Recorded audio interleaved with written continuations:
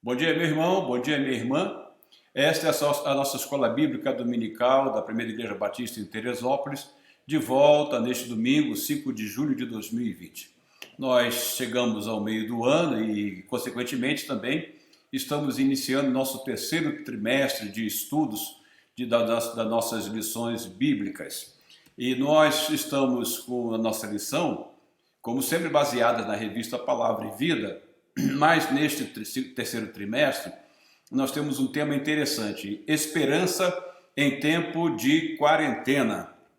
É o que nós vamos tratar, e a nossa primeira lição desta série de esperança em tempo de quarentena, ela começa com a lição Igreja Nunca Fecha.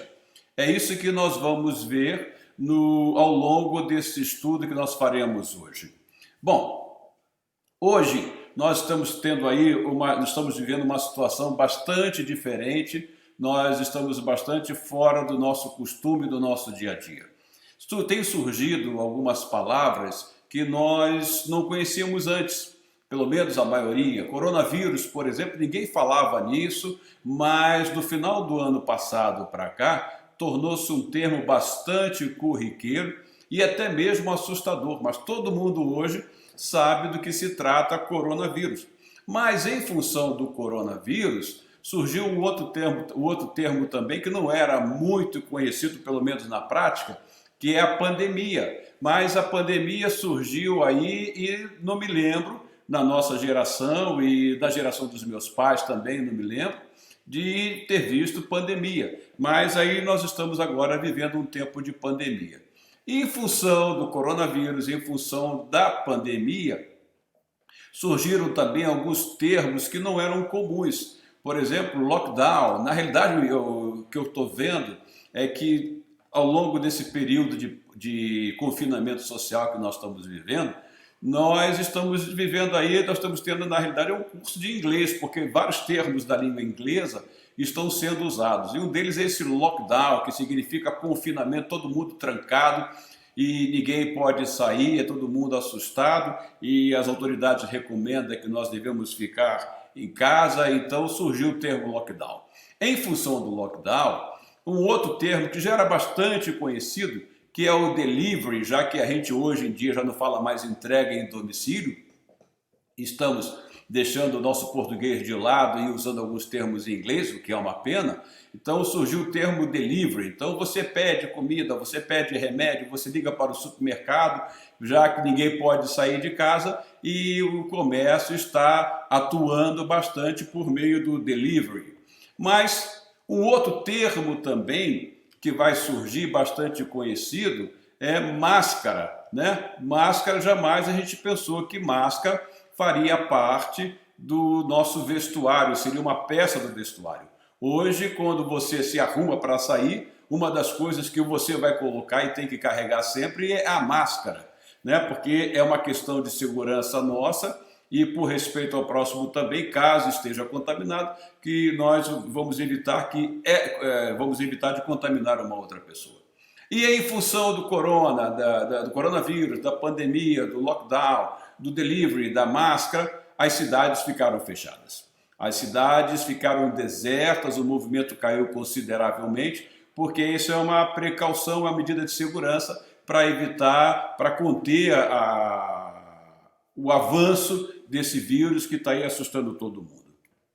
Bom, em função das cidades fechadas, o comércio sofreu consideravelmente, o comércio praticamente ficou todo fechado, né? E não parou só por aí não, algumas outras consequências mais. Mas temos essa aqui, olha, igrejas fechadas. Será que as igrejas estão fechadas? Eu vou até mudar aqui, passar para o singular. Será que a igreja está fechada, já que nós estamos vivendo um termo de pandemia?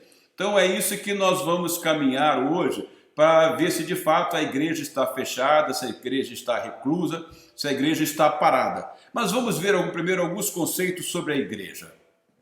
O apóstolo Paulo, quando escreve a sua primeira carta aos Coríntios, no capítulo 3, verso 9 a 17, ele diz assim: pois nós somos cooperadores de Deus, vocês são lavoura de Deus e edifício de Deus.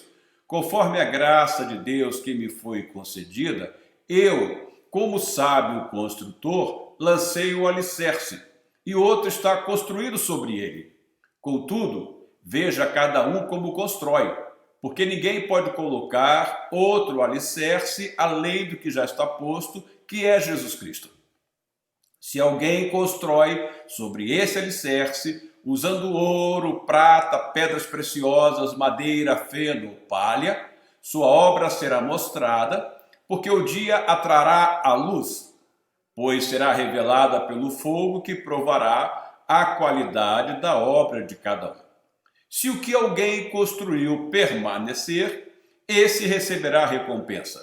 Se o que alguém construiu se queimar, esse sofrerá prejuízo, contudo, será salvo como alguém que escapa através do fogo.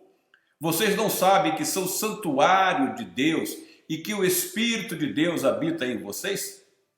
Se alguém destruir o santuário de Deus, Deus o destruirá, pois o santuário de Deus, que são vocês, é sagrado. Então, o apóstolo Paulo aí nos dá uma visão maravilhosa do que é a igreja. Ele começa dizendo que a igreja é lavoura de Deus, a igreja é edifício de Deus. E ele começa dizendo, ele também diz que a igreja está edificada em Cristo e que ninguém pode colocar um outro fundamento.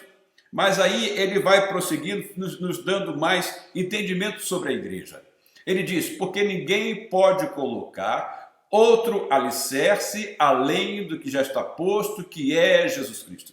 O apóstolo Paulo, quando fala isso, ele fala com muita propriedade, porque naquela época, quando ele estava escrevendo aos Coríntios e ao longo do início da igreja, né, alguns queriam anexar algo mais à doutrina do cristianismo, queriam anexar algo mais à mensagem do evangelho.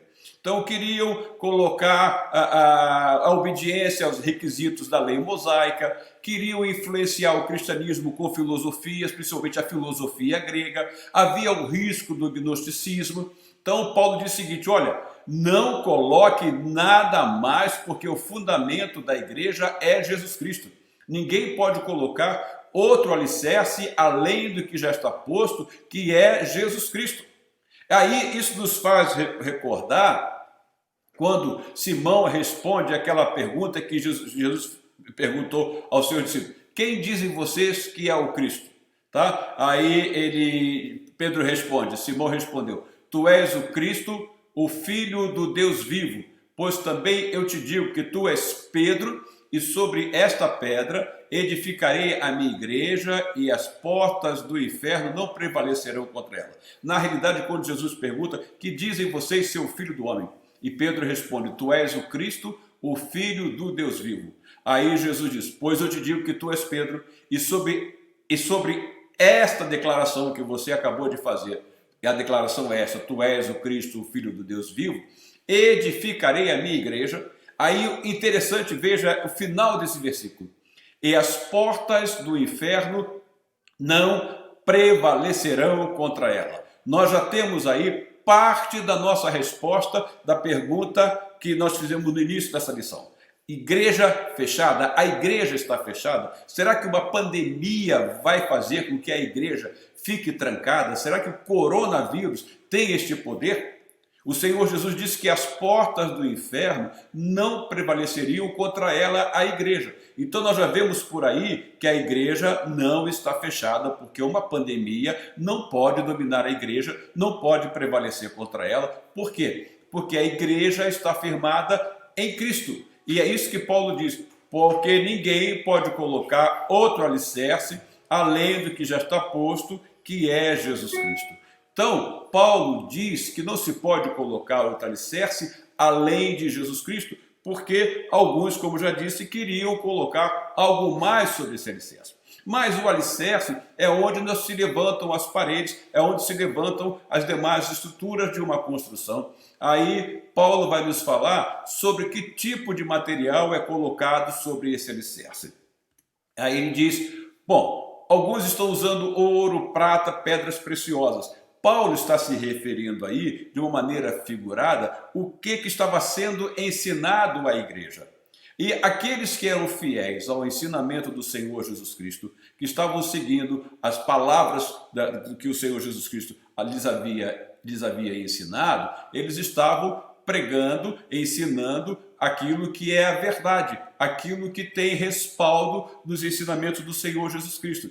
Enquanto outros estavam usando madeira, feno e palha, ou seja, outros estavam ensinando coisas erradas, sem fundamento algum bíblico, sem fundamento algum nos ensinamentos de Jesus Cristo. Aí Paulo vai chamar a atenção, cuidado com o que vocês estão colocando sobre esse alicerce que é Cristo. Vocês estão lidando com a igreja do Senhor Jesus Cristo. Então Paulo está chamando a atenção aí à responsabilidade dos mestres, dos pregadores e dos obreiros, daquilo que eles estavam ensinando, daquilo que eles estavam pregando. E isso é válido para os dias de hoje, os dias que nós estamos vivendo. Tem muita gente aí colocando sobre o alicerce da igreja que é Cristo, sobre esse fundamento, madeira, feno e palha, ou seja, ensinando heresias que não têm fundamento algum na palavra de Deus. Então Paulo chama a atenção à responsabilidade desses mestres, desses pregadores e desses obreiros. É isso que Paulo, preocupado com isso, ele faz a sua recomendação a Timóteo, que era o seu aluno, que era um jovem pastor, um jovem obreiro. Olha que Paulo fala na 2 Timóteo, no capítulo 2, verso 15. Procure apresentar-se a Deus como obreiro que não tem de que se envergonhar, que maneja corretamente a palavra da verdade. Então, Paulo, quando está se referindo a que tipo de material vai ser colocado sobre esse alicerce, Paulo está preocupado que seja ensinado corretamente aquilo que está na palavra da verdade. E é por isso que ele recomenda, então, a Timóteo, olha, procure apresentar-se como obreiro aprovado. E Paulo, naquela época, quando Paulo fala isso, ele já havia entre a igreja obreiros que não eram aprovados, que estavam usando madeira, feno e palha, ou seja, ensinando heresias, ensinando erros à igreja. Então, Paulo, quando ele está escrevendo aos Coríntios, ele está falando do valor da igreja, o quanto a igreja é importante, já que ela tem como alicerce o Senhor Jesus Cristo. Aí Paulo nos chama a atenção, lá em 1 Coríntios 3, 16, 17. Vocês não sabem que são o santuário de Deus e que o Espírito de Deus habita em vocês? Se alguém destruir o santuário de Deus, Deus o destruirá, pois o santuário de Deus, que são vocês, é sagrado. Paulo aqui, ele já nos mostra que a igreja é unidade. Observe que ele diz assim, vocês não sabem que são o santuário de Deus. Ele não usa plural, vocês não sabem que são santuários de Deus. O termo santuário está no singular, por quê? Isso nos dá a ideia de unidade. Vocês não sabem que todos vocês formam uma coisa só e essa coisa só é santuário de Deus? Então, igreja é unidade, igreja é conjunto. E ele prossegue, e que o Espírito de Deus habita em vocês? Como ele estava chamando a responsabilidade, os obreiros, aqueles que estavam ensinando as palavras, a palavra naquela época, ele diz o seguinte, cuidado com o que vocês estão usando, porque se alguém destruir o santuário de Deus, Deus o destruirá, pois o santuário de Deus, que são vocês, é sagrado. Então, muito cuidado com a mensagem que vocês estão ensinando à igreja. Isso é válido, como já disse, para os dias de hoje. Tá? Muita gente não está preocupada com o que está ensinando, porque está preocupado em tirar proveito próprio da mensagem do Evangelho, da mensagem constante das Escrituras. E Paulo diz, olha, se alguém destruir o santuário de Deus, com essas mensagens que vocês estão pregando aí, Deus o destruirá, pois o santuário de Deus, que são vocês, ou seja, esse conjunto que forma o santuário de Deus, que são vocês, ele é sagrado. Veja como Paulo fala do valor da igreja e como Paulo fala do amor de Deus pela igreja. Ele chama de santuário de Deus e diz que é sagrado. Significa que este conjunto igreja é um conjunto sagrado. Tá? Então Paulo aí está falando do valor da igreja. Então, o que ele nos faz entender? Que a igreja é o conjunto formado por todos os cristãos. Este conjunto formado vai formar justamente um santuário que é sagrado. Então, a igreja é o conjunto formado por todos os cristãos genuínos em todos os lugares e em todos os tempos. Quando se diz em todos os tempos, significa dizer passado, presente e futuro, porque a igreja ela vem caminhando e vai caminhando, muitos outros serão agregados a ela à medida que o tempo for passando, até que o Senhor Jesus Cristo volte. Então, a igreja é conjunto formado por aqueles cristãos que tiveram, de fato, um encontro genuíno com o Senhor Jesus Cristo. Então, quando Paulo escreve aos Efésios, no capítulo 2, verso 19 a 22, ele vai dizer o seguinte: portanto, vocês já não são estrangeiros nem forasteiros, mas concidadãos dos santos e membros da família de Deus. Membros da família de Deus, ou seja, membros deste santuário que ele chama de família de Deus. Edificados sobre o fundamento dos apóstolos e dos profetas. Edificados sobre este fundamento de ouro, de prata, de pedra preciosa que os apóstolos e profetas colocaram. Tendo Jesus como pedra angular. Pedra angular é a pedra que faz a amarração, para que toda edificação fique firmada e não haja rachaduras. Então, tendo Jesus Cristo como pedra angular, no qual todo o edifício é ajustado e cresce para tornar-se um santuário santo do Senhor. Nele vocês também estão sendo juntamente edificados para se tornarem morada de Deus por seu Espírito. Então, Paulo nos chama bastante a atenção de que igreja é conjunto. Se a igreja é conjunto, ou seja, ela é formada por todos aqueles que tiveram um encontro real, genuíno com o Senhor Jesus Cristo, concluímos então que o crente sozinho não é igreja. Hoje há muitos que professam a ideia de que eu não preciso de igreja, porque eu na minha casa eu posso ter comunhão com o Senhor, eu posso ter o meu culto com o Senhor, eu posso ter meu momento de oração, de estudo da palavra. Não está de todo errado, mas a ideia de igreja é conjunto. Então, uma pessoa sozinha não é igreja.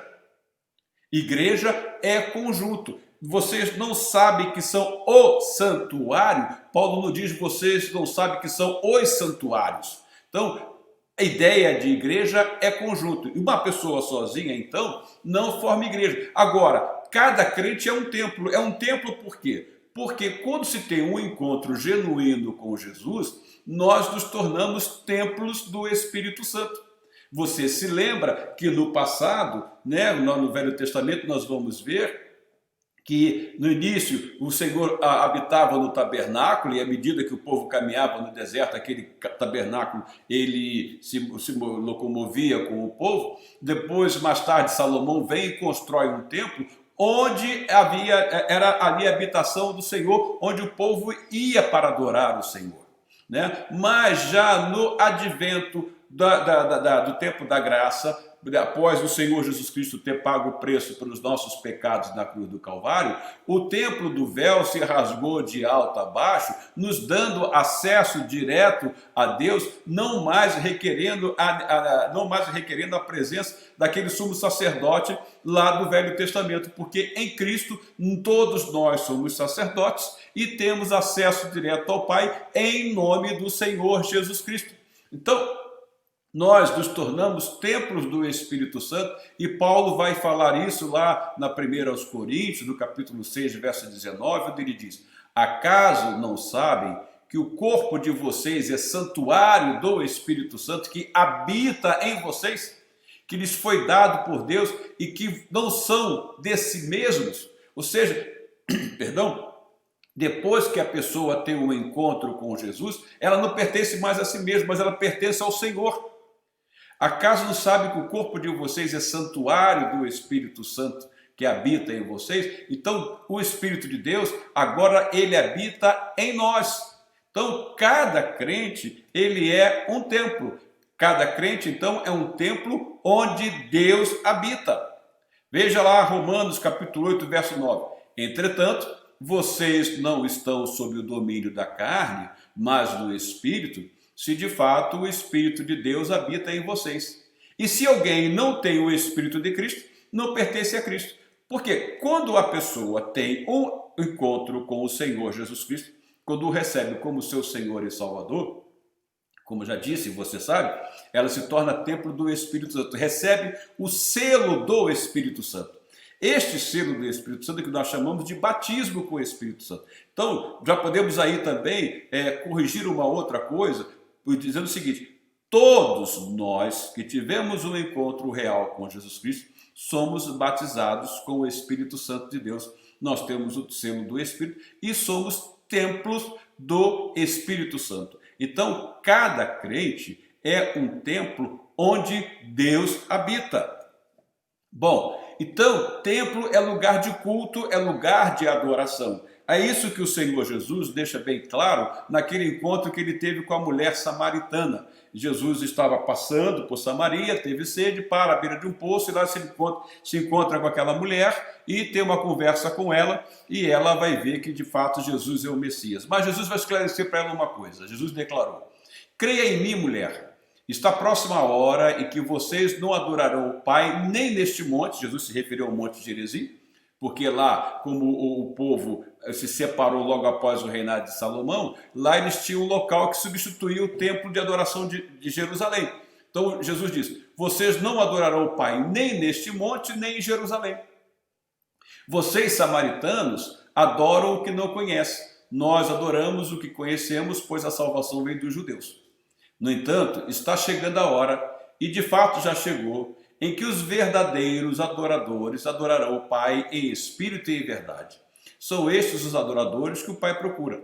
Deus é espírito e é necessário que os seus adoradores o adorem em espírito e em verdade. Então, isso é possível porque nós somos templos do Espírito Santo e o Senhor nos dotou da presença do seu Espírito Santo e nós o adoramos em espírito e em verdade. Então, a igreja, tá? Voltando a falar da igreja, a igreja é um corpo que é formado por pessoas.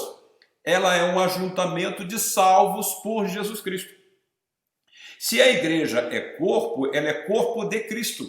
Então, a igreja é a visibilidade física do Senhor Jesus Cristo no mundo. Então, Cristo se manifesta no mundo por meio da sua igreja, que é formada por pessoas. Então, que é o ajuntamento de salvos por Jesus Cristo.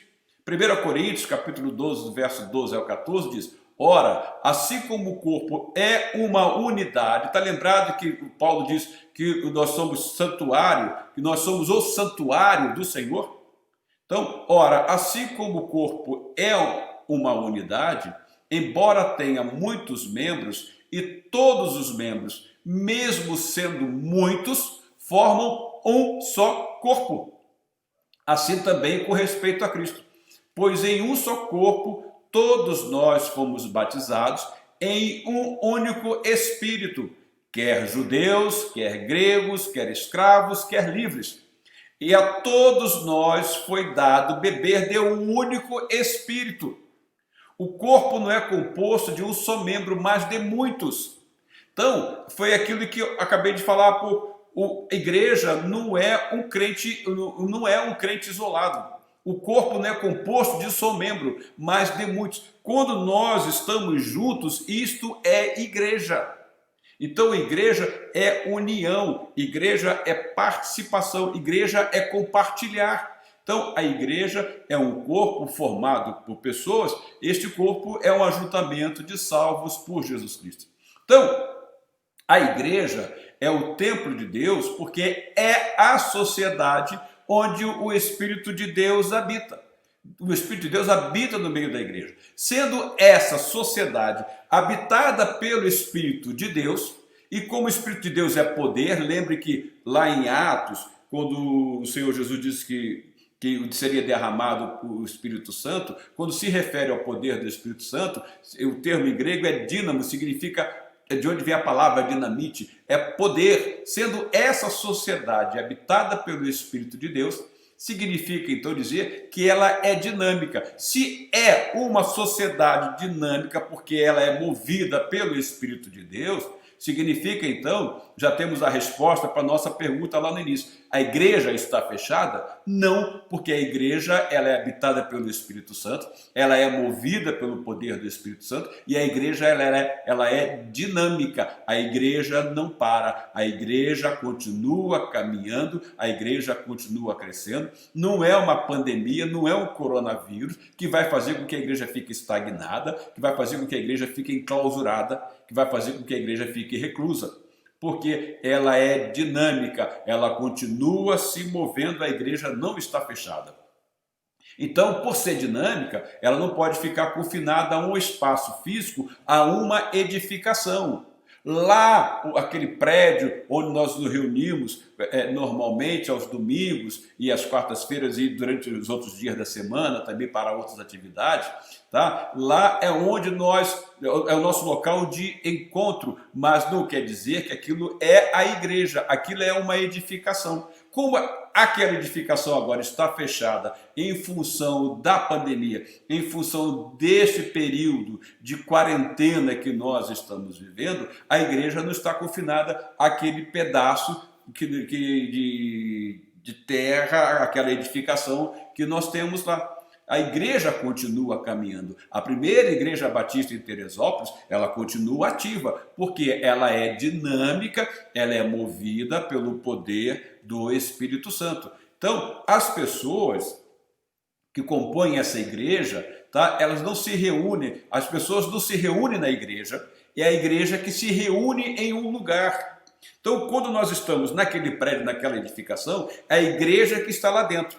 Quando termina o culto, a igreja sai e a igreja continua caminhando. A igreja não deixou de ser igreja porque fechou as portas lá daquela edificação, daquele prédio, estão fechadas.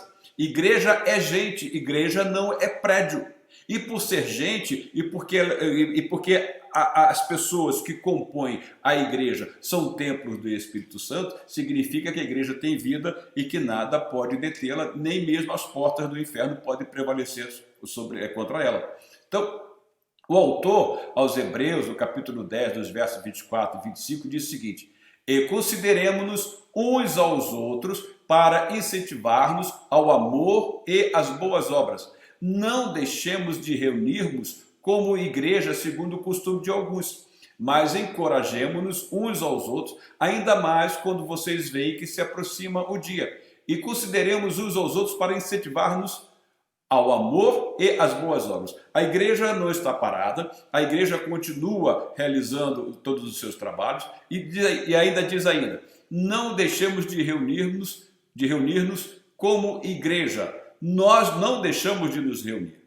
Nós continuamos unidos, as atividades da igreja estão prosseguindo, nós temos os cultos de oração às quartas-feiras, nós temos os cultos de domingo pela manhã e domingo à noite, as classes de EBD estão funcionando, os pequenos grupos estão funcionando, né? Nós estamos telefonando uns para os outros. Há poucos dias eu recebi um telefonema de um irmão da igreja, perguntando como eu estava, que estava sentindo a minha falta, e como isto é bom. Esta semana mandei mensagem para o outro irmão também, perguntando como ele estava, e ele está bem, graças a Deus. Nós estamos orando e ligando para saber como está o irmão fulano, ele melhorou, como está a irmã fulana, melhorou, que bom, estamos agradecendo a Deus, porque a igreja, embora ela não esteja se reunindo lá naquele prédio, a igreja continua reunida e a igreja continua marchando.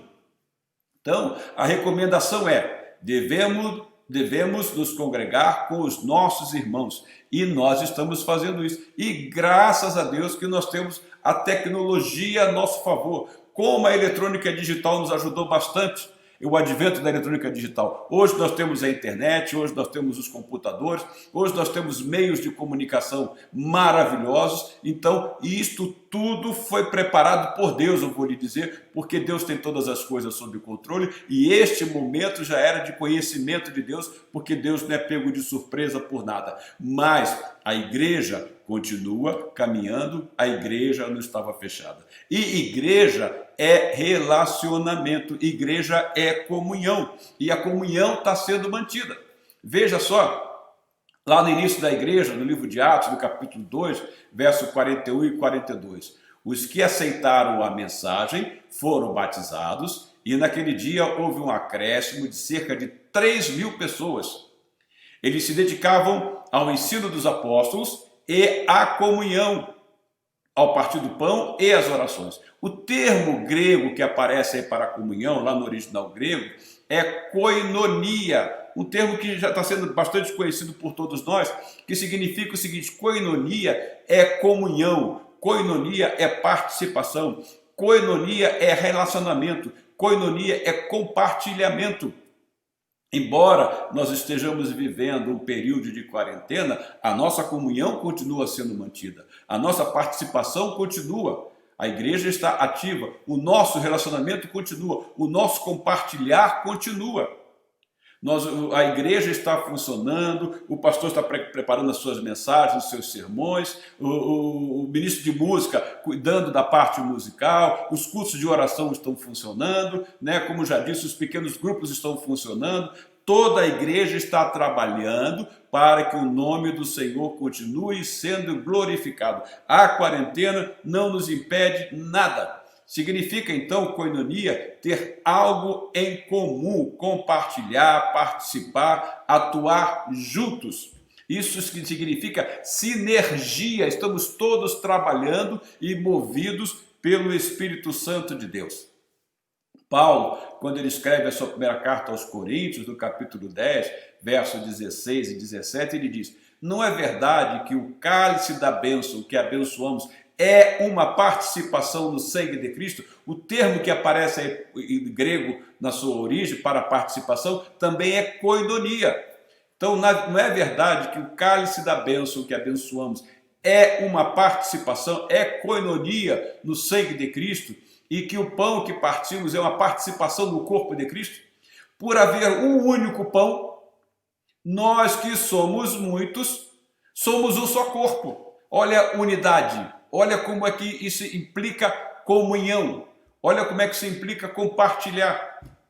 Pois todos participamos de um único pão. Então, nós como koinonia, nós fazemos parte de uma comunidade de fé. O que é a comunidade? A comunidade vem de comunitas, do latim, que significa companheirismo, de comunes, que significa comum, geral, compartilhado por muitos. Então, nós, igreja, nós somos uma comunidade de fé e a nossa fé está firmada no Senhor Jesus. Nós cantamos: a minha fé e o meu amor estão firmadas no Senhor. Tá? Então, não é uma quarentena que vai nos assustar, porque a nossa fé, o nosso amor estão firmados no Senhor e o Senhor é fiel. Ele disse que nós teríamos momentos de aflição neste mundo, mas que nós tivéssemos bom ânimo, porque ele venceu. E porque ele venceu, nós também venceremos. Então a igreja continua trabalhando, a igreja continua no seu dinamismo, a igreja continua no seu nessa sinergia entre os seus membros, ou seja, todos estão trabalhando juntos. Então estamos todos de mãos dadas, continuamos todos adorando a Deus, embora separados, mas por meio da tecnologia e por meio do Espírito Santo de Deus, nós como igreja estamos rendendo glórias ao nome do Senhor e estamos em comunhão, estamos em koinonia. Então a igreja, tá, em função dessa koinonia, ela cumpre a sua missão, na adoração, na evangelização, na comunhão, na edificação e no serviço. Se ela está cumprindo tudo isso, significa dizer que a igreja não está fechada, ela permanece ativa. Aí Pedro, na sua primeira carta, no capítulo 2, verso 5, ele vai dizer o seguinte: vocês também estão sendo utilizados como pedras vivas na edificação de uma casa espiritual, para serem sacerdócio santo, oferecendo sacrifícios espirituais aceitáveis a Deus por meio de Jesus Cristo.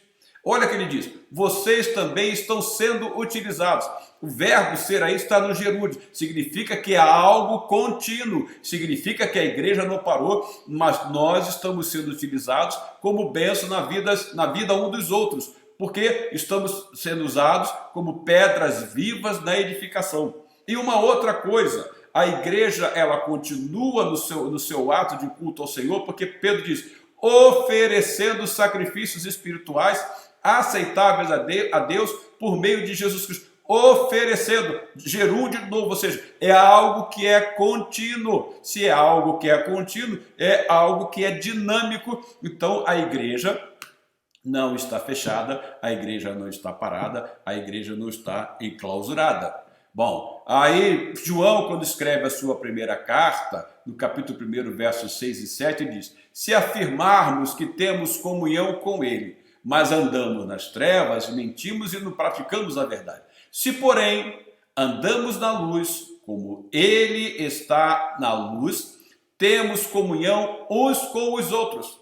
Veja, nós como igreja não estamos vivendo nas trevas. Se nós estamos na luz, significa que estar na luz é ter comunhão uns com os outros. Porque ele prosseguindo diz, e o sangue de Jesus, seu Filho, nos purifica de todo pecado. Que interessante e maravilhoso quando nós vemos isso. Se, porém, andamos na luz, como ele está na luz, temos comunhão uns com os outros. E o sangue de Jesus, seu Filho, nos purifica de todo pecado. 1 de João, capítulo 1, versos 6 e 7. Então, meu irmão, a comunhão, ela conduz ao exercício dos dons. Tá? Veja, todos nós temos o selo do Espírito Santo, e o Espírito Santo nos deu dons. E esses dons, tá, eles nos foram dados pelo Espírito de Deus para que nós sejamos bênção na vida um dos outros. E esses dons vão nos conduzir ao serviço.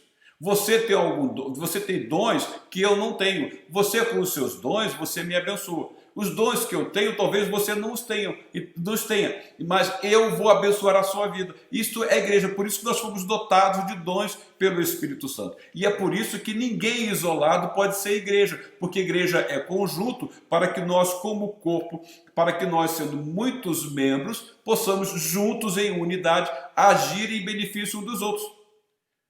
Então, nós estamos no exercício dos dons, estamos exercitando o serviço, e estamos também socorrendo os membros que têm necessidade e os não membros, porque a igreja ela tem que estar inserida no contexto da comunidade onde ela vive também, para assistir aqueles que não crentes que também têm necessidade, porque a igreja não está ensimesmada, mas ela está sensível também à necessidade dos carentes que não são membros da igreja. Daí você vê que a nossa igreja ela continua nas suas atividades de assistência social, distribuindo cestas básicas, dando as assistências daqueles que buscam a ajuda da igreja. Voltando à 1 de João, no capítulo 3, no verso 16 a 18, ele diz, nisto conhecemos o que é o amor. Jesus Cristo deu a sua vida por nós e devemos dar a nossa vida por nossos irmãos. Se alguém tiver recursos materiais e vendo seu irmão em necessidade, não se compadecer dele, como pode permanecer nele o amor de Deus? Filhinhos, não amemos de palavra nem de boca, mas em ação e em verdade.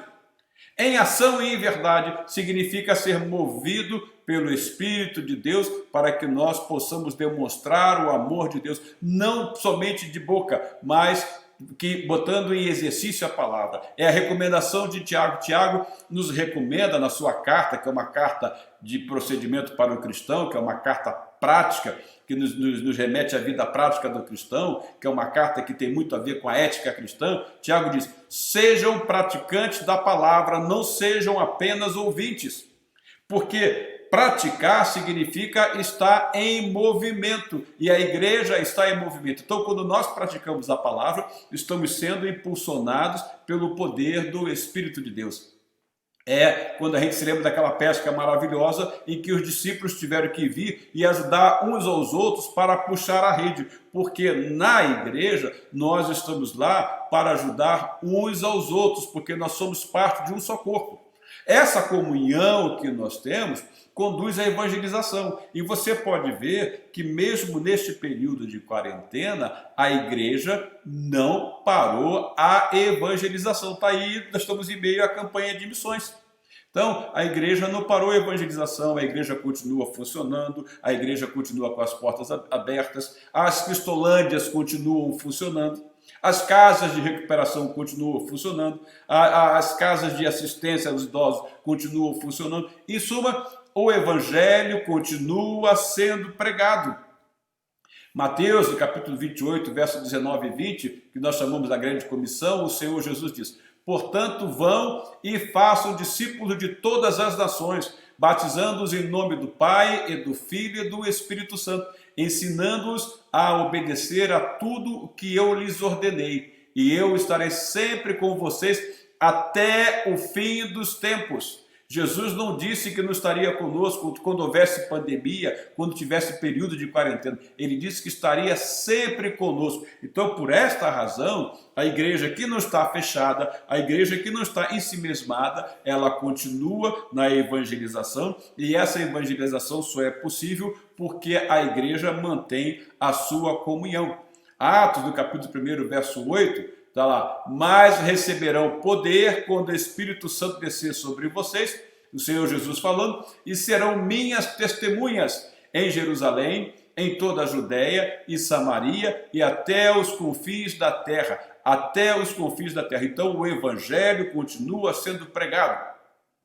João capítulo 14, verso 15, o Senhor Jesus diz: se vocês me amam, obedecerão aos meus mandamentos. Então a igreja permanece fiel ao Senhor. Então a igreja, ela continua ativa, porque a adoração não parou, a comunhão continua entre os membros da igreja, a palavra continua sendo ensinada, a palavra continua sendo pregada, a edificação entre os irmãos continua sendo exercida, nós estamos nos ajudando e edificando uns aos outros, a evangelização continua, o serviço continua, as assistências estão sendo pregadas, e todo esse conjunto significa dizer que neste período de quarentena a igreja não está fechada, a igreja continua glorificando o nome de Deus, e esta é a missão da igreja. Então, em momento algum, nada pode impedir que o nome de Deus seja glorificado, e esta é a missão da igreja, que é exercida justamente por isso,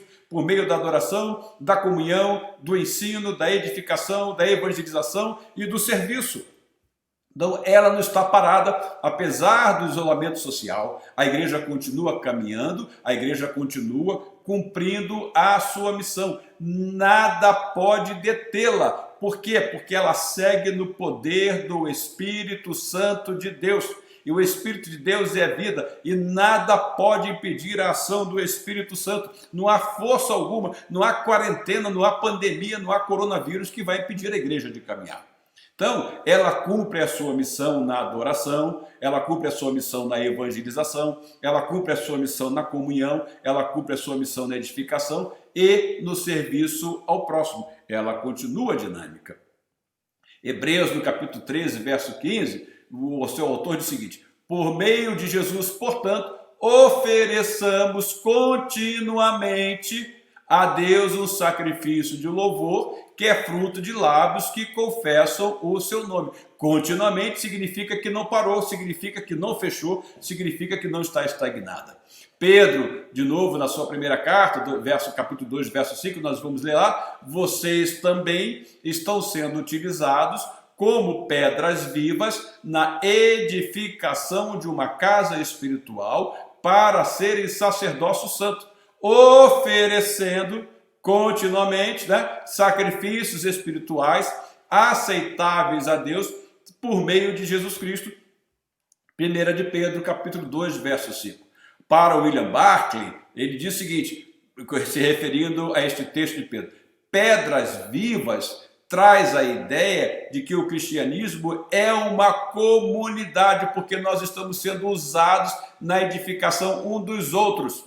E nesse ser usado na edificação de uns aos outros, nós estamos ao mesmo tempo oferecendo sacrifícios a Deus. Então, nós como igreja continuamos ativos, nós como igreja continuamos caminhando, nós como igreja continuamos marchando, porque o Senhor está conosco. Então, o que é a igreja? Igreja é um conjunto de engrenagens, tá? Nós, como membros da igreja, fazemos parte dessas engrenagens. Essas engrenagens, uma acionada vai acionando as outras, porque esse mover é um mover feito pelo Espírito de Deus. E este mover entre essas engrenagens, ele é feito por meio dessas engrenagens, como elas necessitam de lubrificação, essas engrenagens, tá? Elas são lubrificadas pela unção do Espírito de Deus que habita na igreja. Então, o Espírito Santo de Deus habita na igreja e é a unção do Espírito que faz com que essas engrenagens se movam, de maneira que a adoração continue existindo, de maneira que a evangelização continue sendo realizada, de maneira que haja a edificação própria da igreja como conjunto, como unidade, e de maneira que a igreja continue prestando o seu serviço aos seus membros e à sociedade onde ela está incluída. Então, Ricardo Barbosa, no seu livro A Espiritualidade, o Evangelho e a Igreja, da editora Ultimato, ele diz o seguinte: da mesma forma como a vida necessita do básico, ter o suficiente para vestir, comer onde descansar, a natureza da vida espiritual repousa sobre o que é essencial. Bíblia, a igreja continua usando a palavra de Deus e firmada na palavra de Deus. Oração, a igreja continua com as suas orações. Comunhão, a igreja continua mantendo a sua comunhão. A adoração, a igreja continua adorando ao Senhor. E missão, a igreja continua pregando o Evangelho. São esses hábitos básicos que nos colocam no lugar onde podemos experimentar a graça de Deus e crescer. Meu irmão, em meio à pandemia, em meio à quarentena, a igreja de Deus continua experimentando a graça de Deus e continua crescendo. Olha, a igreja não está fechada. Esta é a resposta definitiva que nós damos para a pergunta que nós fizemos lá no início desta aula. Bom, aí eu vou encerrar usando a introdução do autor desta primeira lição, desta revista que nós estamos usando nesse terceiro trimestre. Ele diz o seguinte: templos fechados, cultos online, atividades suspensas, agendas alteradas, enfim, a dinâmica das igrejas foi imperiosamente mudada. Porém, a igreja de Jesus nunca fechou, porque a igreja somos nós. Patrimônios vazios e rotinas remodeladas, mas a igreja continua a mesma, ativa e influente no mundo. Aleluias, porque a igreja não está fechada, ela continua caminhando e aguardando a volta do Senhor Jesus. Então, meus irmãos, vamos continuar orando uns pelos outros, vamos continuar participando das atividades da nossa igreja. Durante as quartas-feiras, como é interessante a gente ver ali aqueles pedidos de oração que são feitos, como é interessante a gente ver uma série de agradecimentos, de resposta de oração, como nós vemos irmãos pedindo oração uns pelos outros. Isso é interessante, isso é igreja. É interessante quando nós vemos o pastor dizer: abra a sua Bíblia, nós estamos em casa, mas todos nós estamos abrindo a Bíblia. Vamos orar, todos nós naquele momento paramos e oramos. Vamos cantar. Às vezes até o pastor chega a brincar: olha, vamos cantar e em pé, como se nós estivéssemos de fato lá naquele prédio para manter essa alegria que nós temos. A igreja não está fechada, ela continua. Patrimônios vazios e rotinas remodeladas. Sim, o prédio está vazio. As nossas rotinas foram remodeladas, foram alteradas, mas a igreja continua a mesma, ativa e influente no mundo, porque ela está edificada na rocha, porque ela é santuário do Espírito de Deus, porque é por meio dela que o Senhor Jesus se manifesta ao mundo e o mundo pode conhecê-lo como Senhor e Salvador. Irmão, que o Senhor lhe conceda, irmão e minha irmã, que o Senhor lhe conceda uma semana muito abençoada. E vamos continuar. Olha, que tal você hoje ou no decorrer da semana, você selecionar aí alguns irmãos da igreja, ligar para eles e perguntar: irmão, como você está passando? Que tal você ligar para ele? Irmãos, vamos orar aqui no telefone mesmo? Que tal você perguntar se ele está precisando de alguma coisa? Isto é a igreja. A igreja continua caminhando, a igreja continua ativa. Que o Senhor nos conceda a todos uma semana muito abençoada. Fiquem na paz do Senhor e um grande abraço a todos.